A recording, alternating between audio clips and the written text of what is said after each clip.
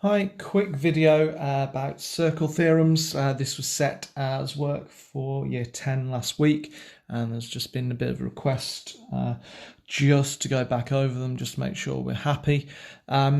Circle theorems, the actual theorems are quite easy to remember. Generally, it's either angles are the same, angles add up to 180, but it's about recognizing them in an exam situation and being able to spot them in your exam question.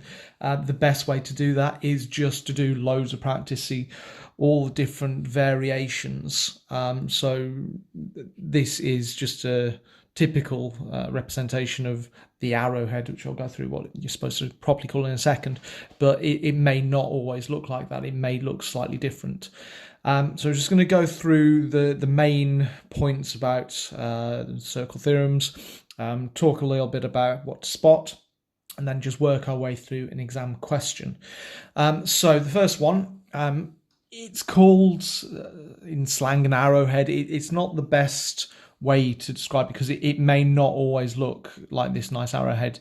These points can move around the circumference so that it looks more like just almost like a rhombus sometimes. It can cross over itself, etc. The technical words that you need to know if you describe the circle theorem: the angle subtended by an arc at the centre of the circle is equal to twice the angle subtended at the circumference. The word subtended just means to form an angle. Basically, it means if you take 3 points on the circumference of a circle and join these two up using radii to the centre, and then join these two to the third one, this can move round, these can move round. Whatever the angle is here, the angle at the centre will always be double. So if that's 50, that's 100. If that's 70, that's 140, etc. So angle subtended by an arc at the centre of a circle is equal to twice the angle subtended at the circumference. That's the angle at the circumference, that's the angle at the centre. A lot of our other circle theorems are all based around this. So if we go a bit deeper at some point about proof and why these work, a lot of them come back to this one here, such as this one. This is basically, if you imagine these points moving up around the circle so they form a nice straight line, a diameter, it's still the same theorem. So if that's 90, that's 180. So it's the same thing. It just people consider it to be slightly different sometimes, but it's not.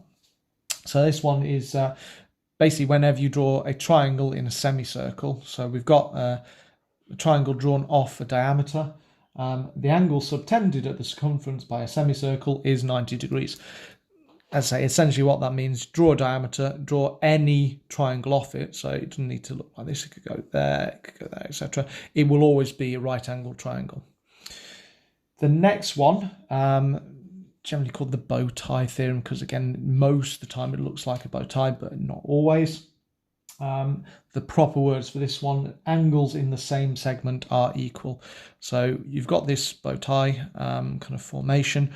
All 4 points have to be on the circumference. You can't just draw it randomly in the middle of the circle. All 4 points have to be on the circumference, and you'll find that that angle and that angle always match, and that angle and that angle will match. And again, it can move around the circumference of the points, but it will always follow that pattern. Next one, Cyclic Quadrilateral. It's basically a way of saying that if you draw a four-sided shape, quadrilateral, 4 sides, inside a circle, again, all 4 points have to be on the circumference. You can't just draw it randomly without it touching the edge of the circle. We know that quadrilaterals have a total angle of 360, but more so within a circle, opposite corners will add up to 180. So if we know that one there is 100, that one there must be 80. If that one's 50, that one must be 130. They have to add up to 180 on the opposite corners. We then come to alternate segment theorem. So alternate segment basically means that if you've got a tangent, so a tangent is a line that just comes and clips the circle at one single point. If you then draw a triangle off that inside the circle, and again making sure that the other corners of that triangle are going to be touching the circumference, opposite angles are going to be exactly equal. So that angle there is going to be equal to that angle there. And that angle there is going to be equal to that angle there. Proper wording for it, the angle between a tangent and a chord is equal to the angle in the alternate segment. So a chord is just a line that goes from one side of the circle to the other without going through the middle, because then it would become diameter, but that line there is a chord.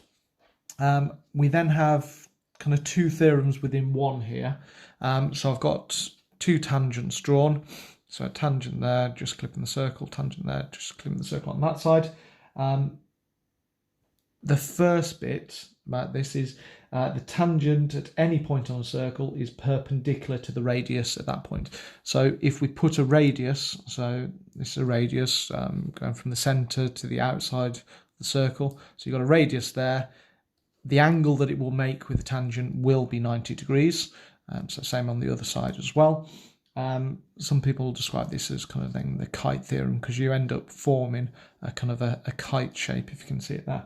And then the second part of this, tangents from an external point are equal in length. So if we draw two tangents from this point to the circle, they would be equal length. So that's what these two little marks here mean, is that they're just exactly the same length.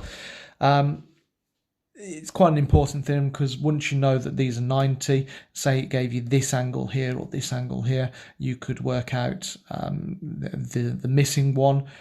If we drew a line across there, we could then also work out other lengths using various rules, etc., etc. The last picture I've got on here is just reminding us about isosceles triangles. Isosceles triangles are triangles that have two equal sides. They often appear in circle theorem questions because if you draw lines from the centre, so if that's the centre there, normally labelled up with O, as long as you draw a line away from the centre to the outside, it will form a radius. Therefore, if you then draw that as a triangle, you will have an isosceles triangle. Often those are included in your circle theorems because they really help you find missing angles. You also have your normal angle rules normally appearing inside circles as well. So there may be a straight line. So we know the sum of an angle on a straight line is 180. So that may appear in there as well.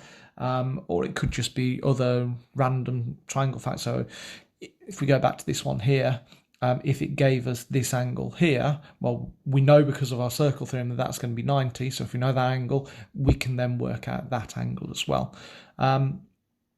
So lots of your normal kind of angle rules, sometimes your parallel line angle rules will appear as well. Right, if we look at now a typical exam question, as I said, the best way for you to work your way through circle theorems is just plough your way through all the different examples. There's loads on Hegarty, on Corbett, in your on Biteside. Everywhere you look, you can find circle theorem questions. Just Google circle theorem exam question. So I've got just a typical one here. So we've got our circle. We've got various points labelled up. It's given us letters on them as well, because then it helps us to define what the particular angle is. The only angle it actually gives us here is 65. It then asks us for 4 different angles.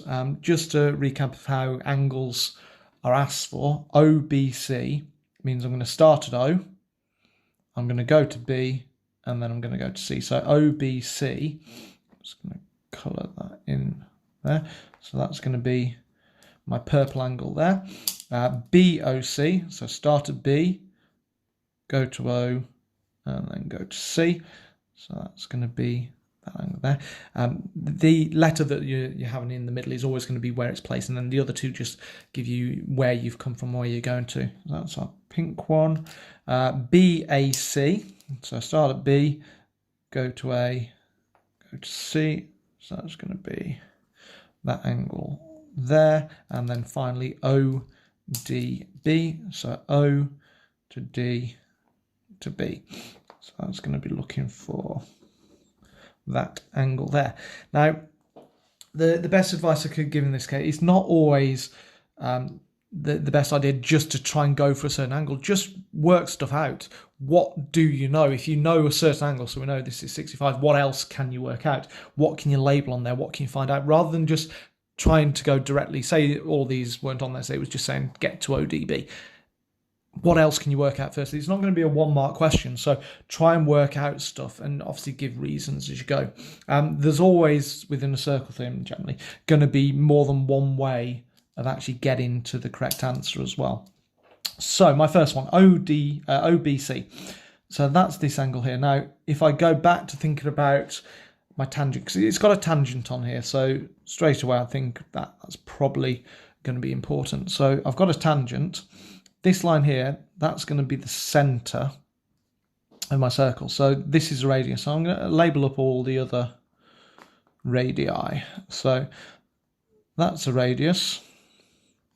That's a radius, and that's a radius. So straight away I can recognise that I've got a couple of isosceles triangles. So this is an isosceles triangle here, and this is an isosceles triangle here. Back to my one of my first circle theorems, and I know that with a tangent and a radius it makes 90 degrees. So this whole angle here is going to be 90. So therefore OBC is going to be 90 degrees subtract 65 degrees, which gives me 25. So I know that is going to be 25 degrees there. Again, it's not the only way to do it, but that's probably the most straightforward to start with. So that's that one done.